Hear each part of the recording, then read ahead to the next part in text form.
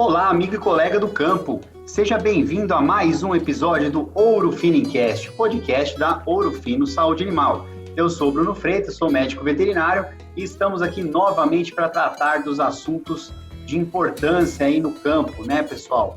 E hoje, olha só que interessante, o assunto abordado vai ser a eimeriose. Então, é uma doença, de certo modo, ainda pouco conhecida, né, ou que as pessoas têm pouco conhecimento em cima dela, né, e para falar sobre esse assunto tão importante aí, nada mais, nada menos, a gente tem que sempre trazer os melhores no assunto, né, então, nosso convidado aqui de hoje é o professor Welber Lopes, da Universidade do Goiás, Universidade Federal do Goiás. Ele é professor de parasitologia e é um dos grandes nomes aí no assunto, principalmente dos parasitas, né, controle de parasitas, e quando a gente fala de eimeriose também. Então, professor Welber, muito obrigado aí por ter aceitado o nosso convite. Seja bem-vindo ao Ouro Fino Cast. Eu que agradeço pelo convite, tá? Muito obrigado aí a vocês e espero poder ajudar o pessoal aí, dar um alô aí para todo mundo que está ouvindo aí. Muito bom, professor. Então, já iniciando aqui, eu tenho já uma pergunta logo de cara aqui, né,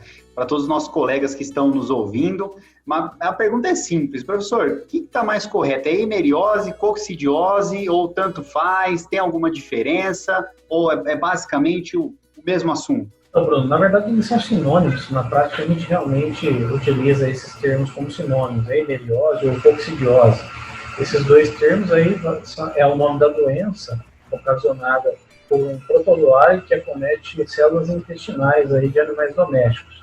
Claro que de maior importância a gente pode destacar aves ou especificamente aí os ruminantes de modo geral. Muito bom, professor. Então, é um protozoário, né? Assim, existe mais de uma espécie? Como que funciona, né? Se tem uma espécie que é mais prevalente ou mais patogênica que a outra, isso aí pensando mais nos ruminantes, né? Como que se dá esse quadro aí?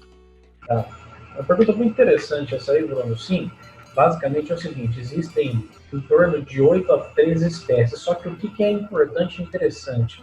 As espécies de Eimeria, elas são específicas para cada hospedeiro. Por exemplo, você tem de 8 a 13 espécies que acometem bovinos, mais ou menos umas 10 até 13 espécies também que acometem ovinos e outras 8, 10 espécies que acometem caprinos. Não existe uma infecção mista dessas espécies entre esses animais, tá? Então é muito importante destacar isso. A relação ainda à sua pergunta, existe diferença em relação à prevalência? Sim. O exemplo mais clássico que a gente pode citar são as espécies que acometem bovinos. Como eu disse, são até 13 espécies que podem ser encontradas em bovinos. Entretanto, existem duas que são mais patogênicas e ao mesmo tempo prevalentes. É chamada Eimeria zurini e Eimeria bovis, tá? Claro que existe também, Bruno, uma pequena peculiaridade que a gente tem observado, que a espécie Eimeria zurini, ela acomete principalmente animais até 2 meses de idade, enquanto que a Eimeria bovis, ela acaba sendo mais prevalente nos animais a partir de 3 meses de idade. Entendi. Interessante. E assim, pensando nisso também, professor, existem regiões no Brasil no qual a prevalência é maior ou por exemplo, a distribuição aí pelo Brasil, ela é de maneira igual, essa prevalência aí da Eimeria, ou se tem algum estado, alguma região que realmente o problema nesse sentido aí é maior? Bruno, na verdade é o seguinte, o Brasil todo apresenta condições climáticas para ter eimeriose do mesmo jeito, tá? Para você terem uma ideia, a fase de vida livre, que é o ocisto esporulado, a gente vai falar um pouco mais para frente, a gente tem condições ideais para o desenvolvimento dele, temperaturas entre basicamente 10 graus até 30. Então, se a gente pegar ao longo do ano a temperatura média aí, e condições de umidade, então você tem condições. E a gente tem Eimeria, de fato, de norte a sul do Brasil. Só que o que está prevalendo, o que está destacando, ou o que está fazendo com que algumas propriedades tenham mais ou menos Eimeria, estaria relacionado mais a condições de manejo, tá? E algumas relações com condições de manejo estaria a lotação ou densidade populacional, a gente pode dizer assim também, e, além disso, alguns outros fatores que, porventura, pode ser mais peculiar, mas condições de manejo, de um modo geral, e densidade populacional, além de um outro fator muito importante, a fonte da água. Então, a gente tem observado muito em nossas pesquisas aqui que propriedades rurais que têm água de origem não artesiana apresentam maior predisposição para os animais ter hemeriose. Então, esses fatores acabam falando mais alto para determinar o grau de infecção em diferentes propriedades de norte a sul do que em si o próprio Brasil. Uhum. E aí, nesse sentido, então, você acabou de mencionar a água. Então, exclusivamente é pela água, então, a transmissão? Como que, se a gente puder aprofundar um pouquinho no mecanismo de transmissão aí da hemeriose, né? Basicamente é o seguinte, o animal, o ruminante, de modo geral, ele se infecta por heméria ingerindo o ossício esfolado através da água, como você já mencionou, ou através do alimento também, ou seja, pasto, ou alguma coisa relacionada a utensílio, que você pode ter algum utensílio que esteja contaminado também. Entretanto, entre esses três aí, a gente pode falar que o menos importante para a heméria seria os utensílios contaminados, tá? As evidências científicas vêm mostrando isso para a gente. E o utensílio tem muita importância para outros agentes protozoários intestinais, como o criptosporídeo. Mas para a heméria não tem tanta importância, não. Agora, se a gente vê a questão da água especificamente, Bruno, é uma coisa muito peculiar e interessante, que ela tem correlação muito direta com a prima infecção de um bezerro, ou seja, o modo como o bezerro se infecta pela primeira vez. Nós temos observado, e temos até relatos disso aí já, em que o que determina o grau de infecção elevado ou não ali estaria realmente diretamente relacionado com a ingestão de água ali e o volume de água que esse animal estaria ingerindo no início de vida.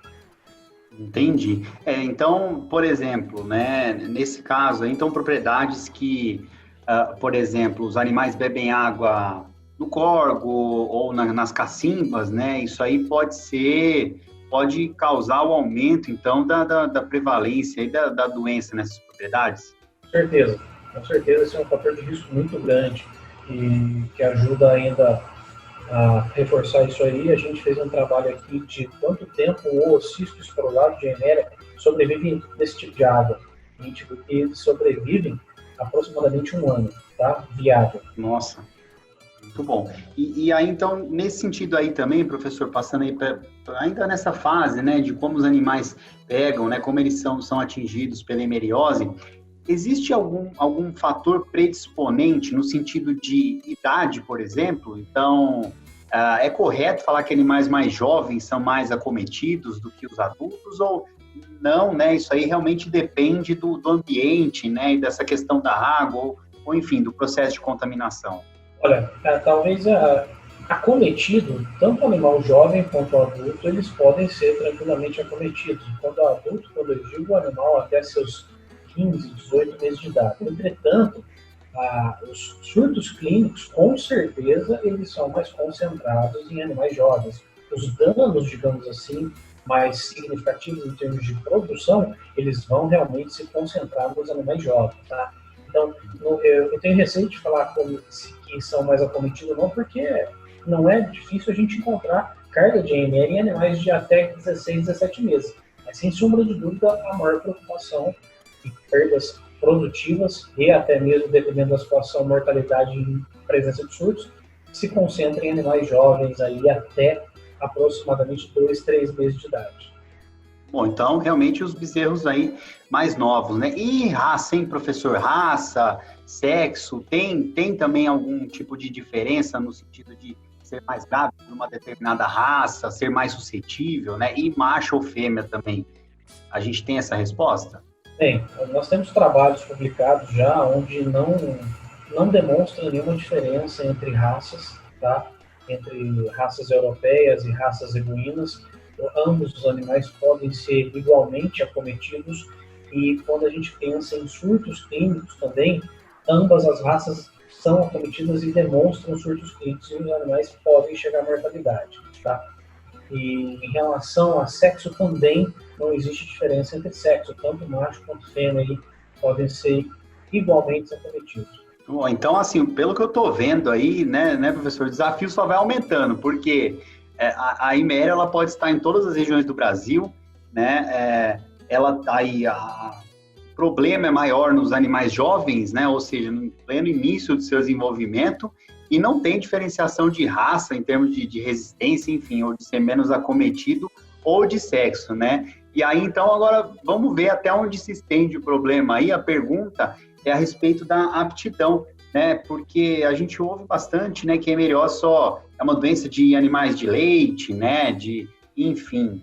E nesse sentido aí, isso é verdade, né? É uma doença realmente que só os produtores de leite, só os veterinários que trabalham com propriedades leiteiras têm que se preocupar, ou no corte também essa doença pode ser um problema? Com certeza no corte pode ser um problema muito grande, e a casuística de surtos clínicos que a gente tem observado é muito maior no corte do que no leite.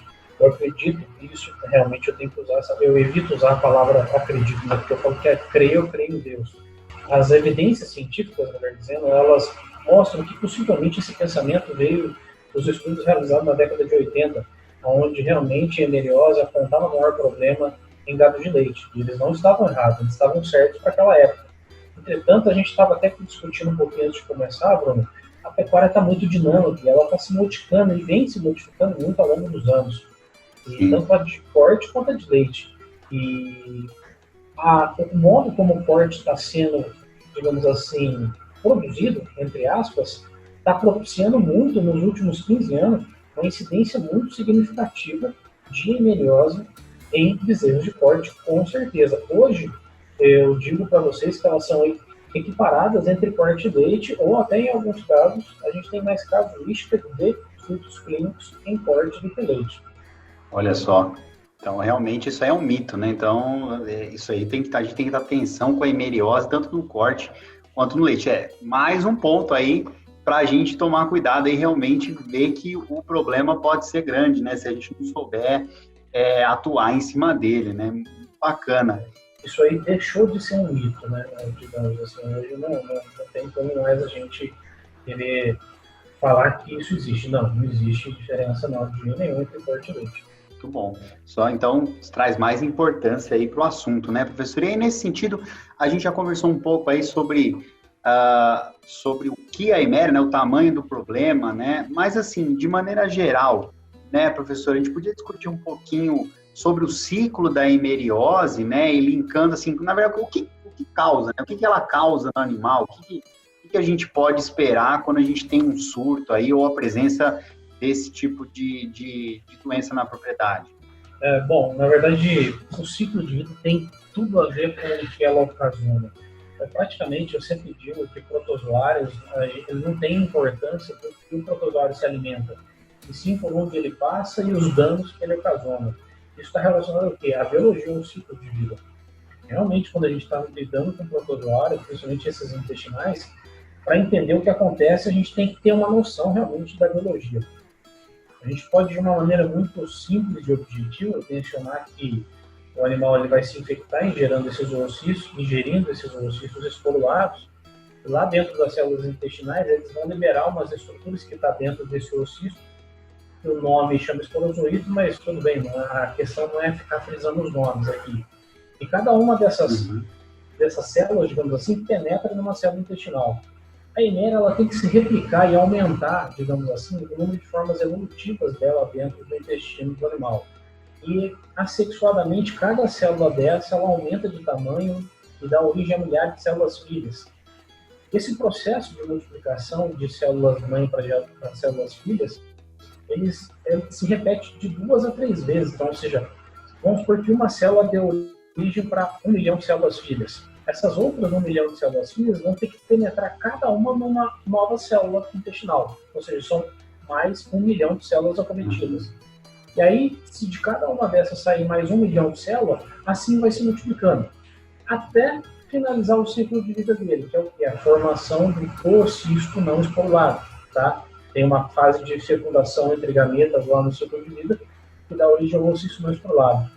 Basicamente, esse oocisto acaba sendo eliminado nas fezes. Qual que é a importância? O que isso tem a ver com a patologia?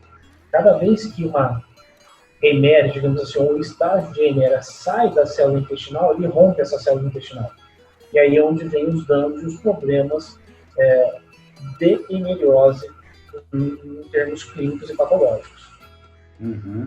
Então, bom, já dá até para para a gente começar a entender aí o que a hemeriose pode causar, né? Se ela rompe as células intestinais, provavelmente deve haver um plano de absorção aí ou alguma coisa, né, professor? Pode prejudicar a produtividade. Exatamente. Por exemplo, uma das principais funções do intestino é absorver alimento. Se a célula está rompida, aquele alimento não é absorvido, ele acaba sendo acumulado ali na luz intestinal, fermenta, isso da diarreia. Uma outra consequência ainda de hemeriose é o que? Você pode ter a fluidez de sangue nas fezes, esse sangue pode ser vivo, então aquela coloração vermelha, ou mesmo aquela coloração mais escura, que a gente chama de diarreia negra. Isso ocorre porque quando ocorre um rompimento de muito profundo dessa célula intestinal, rompe capilares ali de vasos sanguíneos que acabam fluindo sangue. Uma outra peculiaridade que pode acontecer por eméria, de uma maneira bem mais rara, Bruno, mas que pode acontecer, é uma sintomatologia nervosa, específica mais por eméria zurni, só que essa sintomatologia nervosa, ela é oriunda do processo de desidratação, tá? Então, quando você tem perda de eletrólitos ali, principalmente vitamina A, perda dessa vitamina, isso pode gerar quadros neurológicos inespecíficos. Mas, obviamente que de todos esses 3 segmentos, diarreia, com perda de sangue, hemorragia e neurológico seria casos de exceção, a gente não vai encontrar facilmente na prática isso não, tá?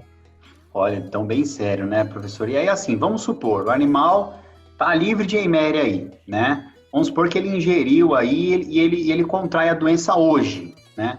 Isso aí é rápido para ele começar a manifestar essa diarreia negra, né? Ou demora, tem um período aí de patogenicidade, assim, nesse sentido? É rápido sim, Bruno. Só antes, deixa eu voltar para fazer um parênteses aqui, porque tem outra coisa que o parasitismo por eméria pode fazer, que é a anorexia. O animal, quando ele está infectado por eméria, ele pode deixar de se alimentar, tá bom? E talvez a anorexia seja até muito mais comum que os outros sinais em um rebanho.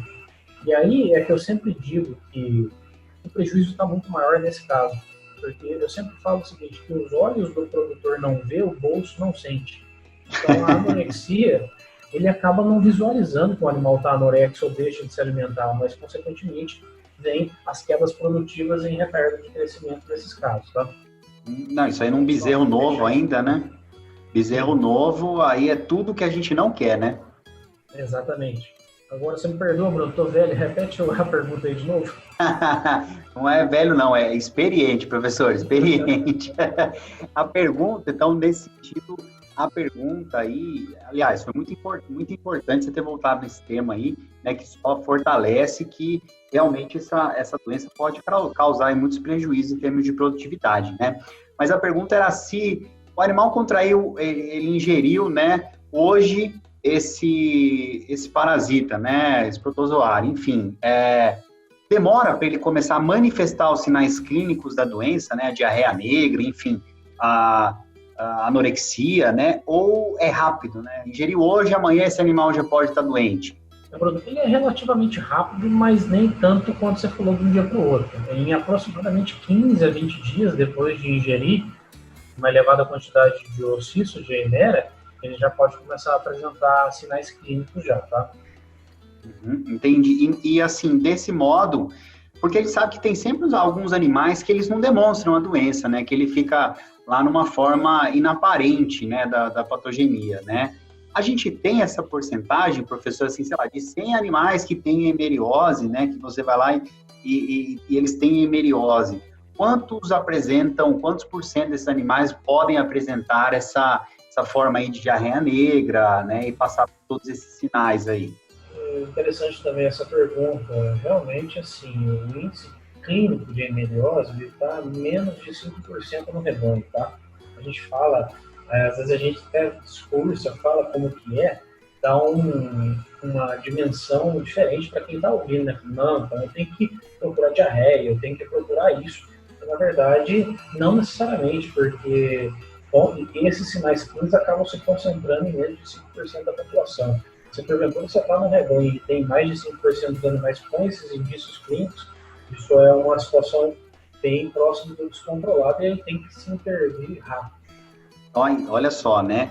Nesse sentido, quer dizer, quanto menos porcentagem a gente tem de animais manifestando, né, com sinais clínicos, é pior, né? Porque, imagina, se você tem 100 bezerros, né? 5 estão lá com diarreia negra, quer dizer, isso é sinal de que a grande maioria ali do rebanho está infestado, né, professor? Exatamente, com certeza. Tem grandes possibilidades disso acontecer sim, tá? Uma coisa interessante que talvez cabe colocar aqui, que a gente está falando de bezerro, você perguntou quanto tempo que demora entre ingerir o ossício e começar a dar sinal clínico, né? É que a gente tem observado muito que os casos clínicos de surto de eméria em bezerros de corte está acontecendo em bezerro entre 35 e 50 dias de idade. E a gente tem observado que, basicamente, está muito direcionado e relacionado com o volume de ingestão de água. Existem estudos demonstrando que o bezerro ele aumenta a quantidade e o volume de ingestão de água significativamente após 20, 30 dias de vida. Então, ou seja, 20, 30 dias de vida ingerindo mais água, consequentemente ingerindo mais o ossício. Então, você computa mais aproximadamente 15 dias, que seriam esse intervalo entre 35, 45, 50 dias de vida do bezerro, que começa a dar sinal clínico em bezerro com diarreia, ou diarreia com sangue, ou diarreia negra, tá? Por isso que essa faixa etária do bezerro está sendo muito acometida por hemeriose. Existem essas vertentes aí que a gente tem encontrado. E é justamente uma fase que a gente não quer esse tipo de quebra no desenvolvimento do bezerro, né, professor? E no leite, tem uma fase parecido com o corte ou não? Aí já muda um pouquinho essa fase aí onde a gente tem que até ficar mais atento nesse sentido, né? O leite vai depender um pouco do sistema de criação. Por exemplo, óbvio que é muito nítido que se você criar um bezerro isolado, do ponto de vista de bem-estar animal é pior, mas do ponto de vista sanitário é melhor. Mas isso não quer dizer que esses bezerros esses que ficam em corrente, não quer dizer que esses bezerros estão isentos de eméria. Há 10 dias atrás eu estava em uma fazenda aqui no município de Anápolis, que os bezerros são criados exatamente nesse sistema de corrente, e aconteceu um surto também, da mesma forma com o bezerro aproximadamente dessa idade aí, tá? E aí, o que pode acontecer? Alguns casos em que, se você está lidando com, digamos, água artesiana, que vamos supor que eu tenho um ambiente totalmente controlado para eméria em bezerro de leite. Eles são criados em gaiola, e a água de poço artesiano, e eu não tenho problema nenhum com emeriose. Só que depois da desmama, pode ser que esse animal vai para o pasto. Então vai ser, teoricamente, a primeira vez que ele vai entrar em contato com a eméria. E talvez ele pode apresentar problema nessa fase também. Então, o leite, a gente tem que ter um pouco mais de jogo de cintura para entender quais são as diferentes realidades e como que a eméria pode se comportar dentro dessas realidades. Mas a gente não isenta o leite também dessa faixa etária entre 35 e 50 dias de vida do bezerro não ter emeriose, ele pode ter sim também. Entendi. Isso é muito importante, né, professor? E nesse sentido, né, o assunto é extenso aqui, né, gente? Muita coisa para falar. Eu já queria convidar você, viu, professor? Será que a gente pode fazer um próximo episódio falando de métodos de diagnóstico e tipos de tratamentos? Você topa aí essa empreitada, professor? Bora, vamos aí. Não, é até bom, porque aí a gente deixa o pessoal curioso aí, né, e chama para um próximo episódio aí, né? Assim, então, basicamente, né, acho que deu para a gente discorrer bastante, né, que a emeriose realmente é um problema, né, as fases. Agora sim, professor, de maneira geral, né, um bezerro de corte, tá? Um que foi acometido por emeriose e um que não foi acometido, né, que não passou, não teve essa doença. A gente tem como estimar essa diferença em termos, como estou falando de corte, peso, desmama, né? Tem algum trabalho ou nesse sentido, do que ela pode causar na ponta do lápis ali, professor? Um trabalho publicado de corte eu não conheço não, mas assim, a gente já fez trabalho aqui em bezerro de corte, tratando eles em diferentes esquemas de tratamento. Então, os bezerros ao nascimento, bezerros de 3 a 4 meses de idade, e acompanhar até o desmame. Tem casos que a gente não encontra diferença, mas tem casos que a gente encontra diferença em ganho de peso sim a desmama, tá? Principalmente dizer o macho geralmente sempre responde melhor, digamos assim, a um tratamento seja em qualquer, ou para eméria ou para verme, a gente consegue obter mais retorno financeiro do que o ganho em bezerros machos. E um estudo que a gente fez, em casos desses clínicos, de surtos clínicos, se você não fizer o tratamento, você possivelmente tem grandes possibilidades de ter mortalidade. Então, você tem que intervir por conta da mortalidade. Entretanto, se você fizer um tratamento ali, ali é muito fácil ter o retorno em ganho de peso. Então, os erros que você tem em casos clínicos, você trata ele, em aproximadamente 1 ou 2 meses, você já tem de 3 até 5 quilos a mais aí, tá? Em fazendas que, digamos assim, tem uma hemeriose mais, entre aspas, subclínica, aquela que não aparenta por sinais clínicos, nós fizemos estudos, onde que eu falei para você, a gente trata ao nascimento e acompanhamos até a desmama. As fêmeas não houve diferença, mas os machos sim. Então, os machos desmamaram quase 6 quilos a mais. Agora, se me perguntar, Bruno, Welber, isso é só de eméria? Eu não tenho como te afirmar. Isso pode estar sendo embutida com infecção, principalmente verminose no meio. O que eu posso dizer é que nós fizemos um estudo de fator de risco para eméria, e a gente observou que, na verdade, bezerros que têm hemeriose, eles têm 18 vezes mais chance de ter verme. Então, pode ser que durante esse percurso, aí, um pode ter somado positivamente ou negativamente com o outro aí, tá? Uhum. Não, e só piora, então, o tamanho por isso que é bem bacana a gente falar sobre isso aí, né, professor? Então, acho que já deu para entender bastante a dimensão, né, da hemeriose, e aí, então, já convidei, né, você para um próximo episódio para a gente falar de diagnóstico e tratamento. Tudo bem, professor? Ok, vamos lá. Beleza, então. Pessoal, então esse aí, bate-papo aqui sobre hemeriose no Ouro Finincast com o professor Welber Lopes, da Universidade Federal de Goiás. Professor, muito obrigado aí por participar junto com a gente aí e transmitir todo esse conhecimento aí que você tem, que já deu para perceber que não é nada só teórico, né? Você sabe como o negócio se manifesta lá na ponta, e isso é muito importante e faz triplicar aí o que você tem para falar com a gente, viu, professor? Obrigado por ter aceitado o convite, por ter estado aqui conosco nesse episódio. Agradeço aí, até a próxima. Muito bom, então, pessoal. Então, já fica ligado aí no próximo episódio do Ouro Finincast, porque a gente vai continuar com o assunto hemeriose, né? E vamos falar sobre diagnóstico e tratamento, né, pessoal? Hoje a gente falou bastante sobre o problema, né? E vamos falar sobre diagnóstico e tratamento, tudo bem? Mas antes de me despedir de vocês, eu tenho que convidar vocês para assistirem o Ouro Fino em Campo no canal Terra Viva. Esse programa é apresentado pela Juliana Matos, de segunda a sexta-feira, ao 12h30 e às 8h20 da noite, horário de Brasília, viu, pessoal? Então, fiquem conosco aí para o próximo episódio. Até a próxima. Grande abraço. Tchau.